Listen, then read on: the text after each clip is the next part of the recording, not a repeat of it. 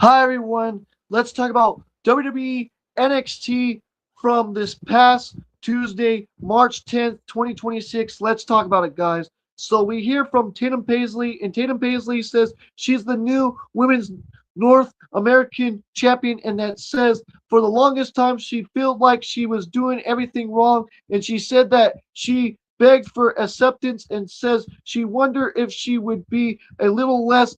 Tatum then says she's now hold the Women's North American title because of the fans rather than the calling, and she says she finally has confidence that I'll see she belongs. Then she says, well, she won the NXT Women's Championship from the cooling. She can win the Women's North American title for herself. And Easy Day made her way out and said it must been the best day of Tatum Paisley's life when she dethroned her as Women's North American champion, and she threw it to a video of Tatum Paisley's early days in NXT before she found herself. Then says she would find it an experiencing how Tatum Paisley has changed if she had assistly changed. She said Tatum Paisley is still the same outcast as she was walking into NXT. Then says everyone will see what she does, and Tatum Paisley forever being separated to fit in.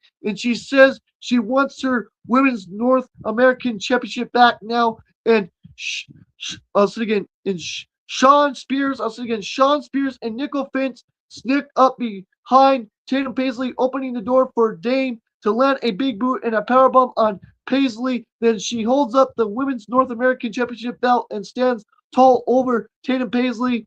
Then we had a triple threat match. This triple threat match was crazy. With the pin, I'm telling you, with the pin out with Eli Knight and Shane Legacy pinning Chesper Troy. That pin was crazy. Let's talk about it, guys. Let's talk about this triple threat.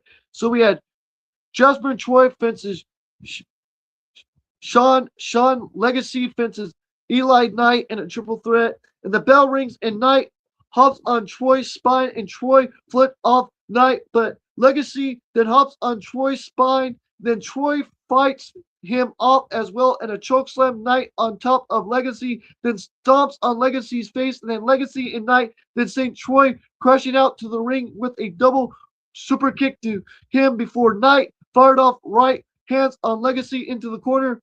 Then Carver blindsides Troy from behind onto the outside and chokeslams him through the announced death of again.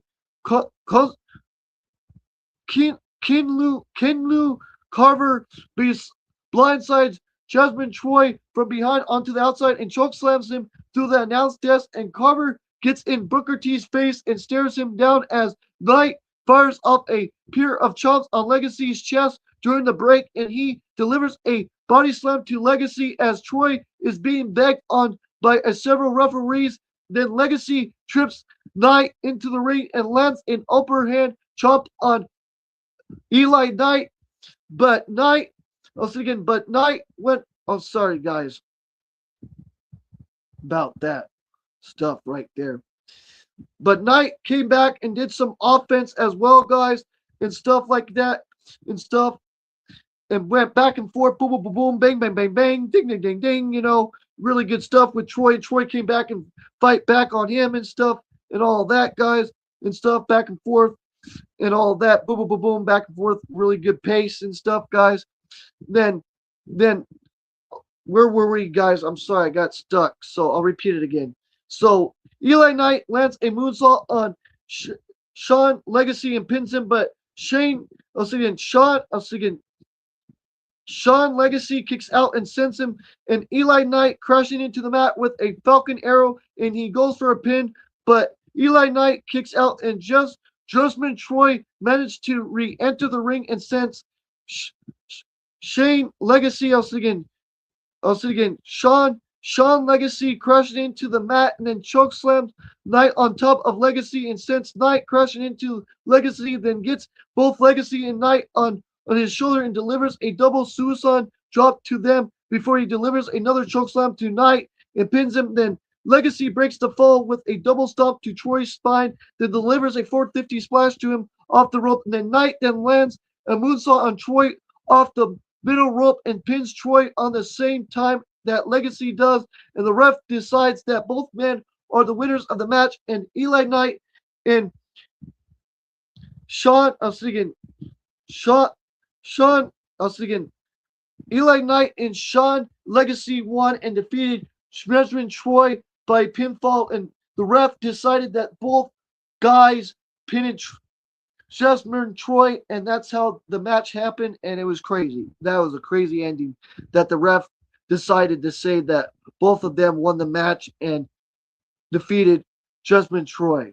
Then we then head backstage where Tatum Paisley is looking for Easy Dame, and she encountered Cello Hill, also again Shallow Hill. Then the pair took off together to look for Dame. Then we had Charlie Dempsey, also again Charlie Dempsey and Height. They make their way to the ring, and Birthright followed, and we had Birthright's fences Height and Charlie Dempsey. And this match was a good match, guys. Let's talk about it. Charlie and O'Connor, Charlie and Connor begin the action, and the bell rings, and the two lock up, and Height and King tag in, and Height sends King crashing into the mat with a gorilla press, and Charlie tags back in and pins King, but King kicks out and counters Connor back in. Then Connor rains down right hands on Charlie Dempsey, but Charlie Dempsey sends Connor crashing into the mat with a slam, and then Height then tags back in and runs over Connor with a clothesline before he lands a belly-to-belly throw on him and delivers a belly-to-belly suplex on him. And Connor, I'll say it again. Urana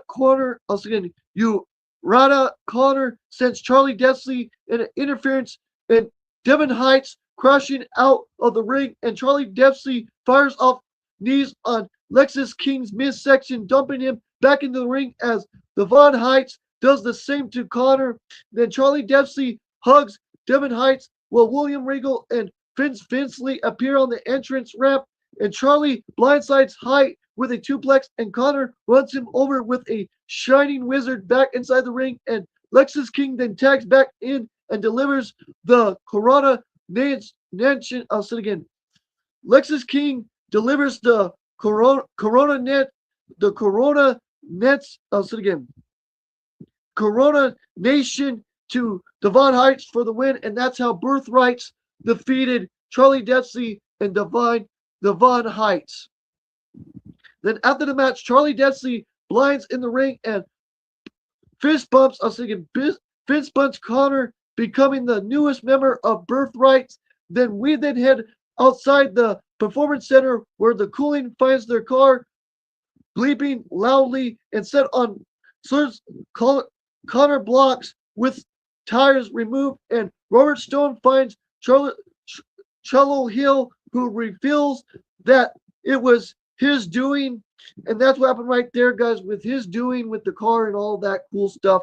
Then we hear from Tony D'Angelo, guys, in saying that, he's coming after the NXT title and saying that, stuff about the NXT title, and he said he's going to be I'll say it again. Tony D'Angelo said that he's going to be the next NXT champion, but let's talk about the whole thing, guys. So Tony D'Angelo says he told the fans that he came back for two reasons: to take out Dark State, which he did at Vengeance Day, and the second mystery reason, he said he wants to war with Dion Lennox on Saturday and left Dark State empty and searching for answers. And Tony D'Angelo says he concerns his future during his absence from NXT, then says he looks in the mirror and has to be honest. He says the one thing that couldn't accomplish was becoming NXT champion, which was his second reason for coming back to NXT, and address Joe Henry, and says if things were a year ago, he would invite Joe Henry to sit down, and said that it's not him anymore and plans on breaking Joe Henry's face, and then says, well, he would love to say it just business. It's just personal. He says he will not be declined. I'll say it again. Denied. He will not be denied. He would not be denied, and says he will be the NXT champion. Then, then we have this match with Soruka fences Lyndon Reed. Lyndon Reed fences Soruka. Oh my goodness, this match was fun. Oh, this match was fun. Let's talk about it, guys. The bell rings and the two lock up, and they took turns locking and submission holds on one another. But Soruka lands on Reed's spine, and Reed regroups with JC Jane and Fallen Hanley. Bird Fly, once again, Bree Fly, then trips Soruka and runs over her with a shoulder tackle during the break. Then Reed delivers an uppercut and a sit-up knee to Soruka, and she jabs her knee into the back of Soruka's neck. Then Peer and change right hands with one another back from the break. And then Soruka, once again, Soruka, I'll repeat it again, guys. Sorry.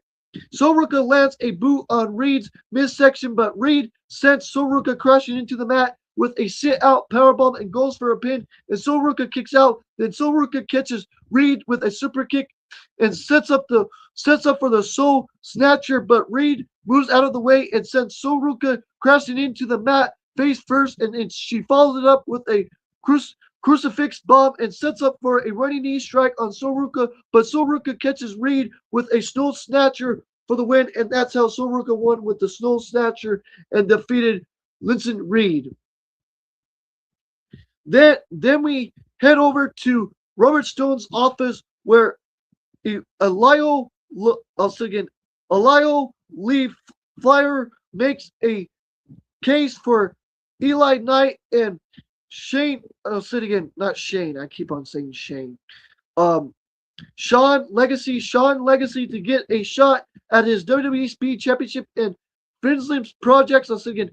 Finley projects interrupt the meeting, and Legacy tells Stone to momentarily put a pin in himself, and Knight spin championship quest to face Vincent's Vincent projects. I'll say again. Eli Knight speed championship request to face Vincent projects, and then sorry guys, sorry about that whole freaking noise with my freaking tablet and stuff about that whole thing. Sorry about that. Thing does that do crap. Sorry about that whole thing with the do.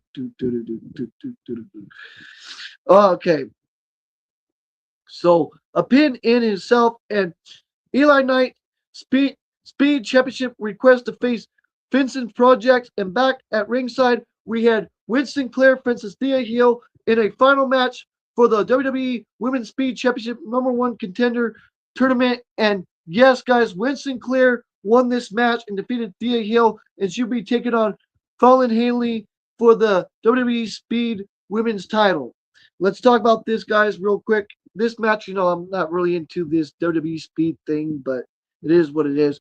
The bell rings as the 3 minutes time limit begins, and Winston Clare gets Thea Hill up on her shoulder, and she sends her crashing into the mat and lands a shoulder tackle on Thea Hill, but Thea Hill lands a tube suicide on Winston Clare onto the outside as the clock passed 2 minutes. Then Thea Hill ascends to the top rope and looks to land a crossbody on Winston Clare, but Winston Clare moves out of the way and rolls up Thea Hill, and Thea Hill kicks out and lands in a bar lock on Winston Clare, but Winston Clare sends in a reverse chicken swing, and Thea Hill taps out, and that's how she won by submission.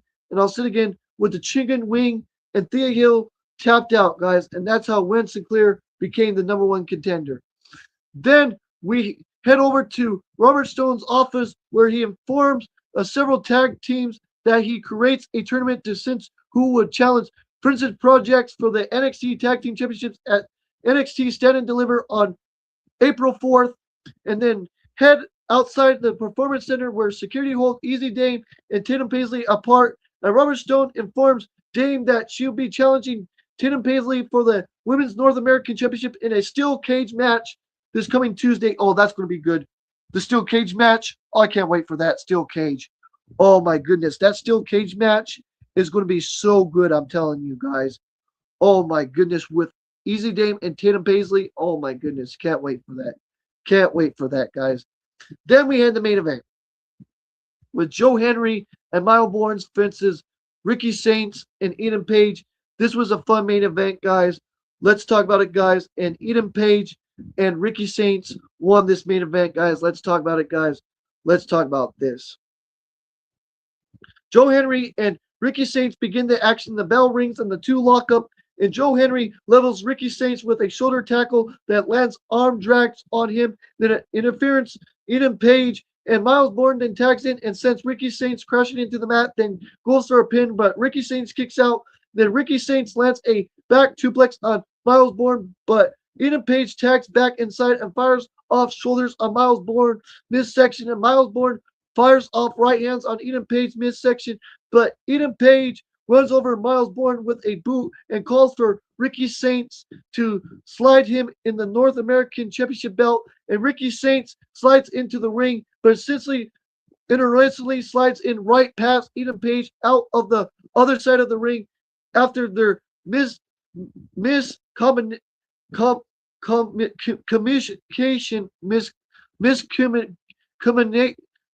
you know what I'm saying, miscombination, talking, guys, miss com, combination connection, miss talking, miscommeration, I'm trying to say, guys. Miscondemnation at Vengeance Day. During the break, Ricky Saints tags in and lands an elbow drop on Miles Bourne, and then he walks in the ropes and Michael Jackson styles and lands an old school on Miles Bourne, and then strikes his signature pose in the middle of the ring. And Eden Page then tags back in and lands a body slam on Miles Bourne before Ricky Saints tags back in and lands a springboard splash on Miles Bourne. Then Eden Page tags back in, but Miles Bourne sends himself and Ricky Saints crashing into one another back from the break. Then Joe Henry looks to tag in, but Ricky Saints pulls him off the apron before Miles Bourne can tag out to him. And Eden Page then blindsides Miles Bourne from blindside and tags in Ricky Saints. Then Ricky Saints uses Eden Page as a lunch pad to land a tornado DDT on Miles Bourne, and he goes for a pin, but Miles Bourne kicks out and Eden Page tags back in, but Ricky Saints lands a superplex on Miles Bourne off the. Sorry about that again, guys. I meant to press to miss, but you know what I'm saying. I was going to take a little nap and then do this later tonight, but then I said I got to do this. I'll do this early. So anyways, guys. Anyways, carry on. But Ricky Saints lands a superplex on Miles Bourne off the top rope, and then Eden Page follows it up with a frog splash to him, and then he goes for a pin, but Miles Bourne kicks out. Then Joe Henry tags it and sends Eden Page crashing out into the mat, then lands an ankle slam on Ricky Saints, and he goes for a pin, and Ricky Saints kicks out and lands a spear on Joe Henry, but in notes to him, then Eden Page has tagged in, and Ricky Saints and Eden Page argue over who the legal man in the match, but Miles Bourne begins arguing with the ref, and Eden Page takes advantage and lands a twist and grind. Also again, twist and grind on Joe Henry on top of the NXT Championship belt. Then he pins him for the win, and that's how Eden Page and Ricky Saints won, guys. And I gave this show a 7.5 out of 10, guys. It was a very good show, and I give it a 7.5 out of 10, guys, just like I did with the Ring of Honor stuff. So yes, guys, I gave this show a 7.5 out of 10. And this is CJD. I'll say it again. This is CJD 2006. I'll repeat it one more time, guys. This is CJD 2006. Don't forget to like the video, subscribe to the channel, hit those notification bells as always, guys. And peace out and take care and much love. Peace out and take care and much love.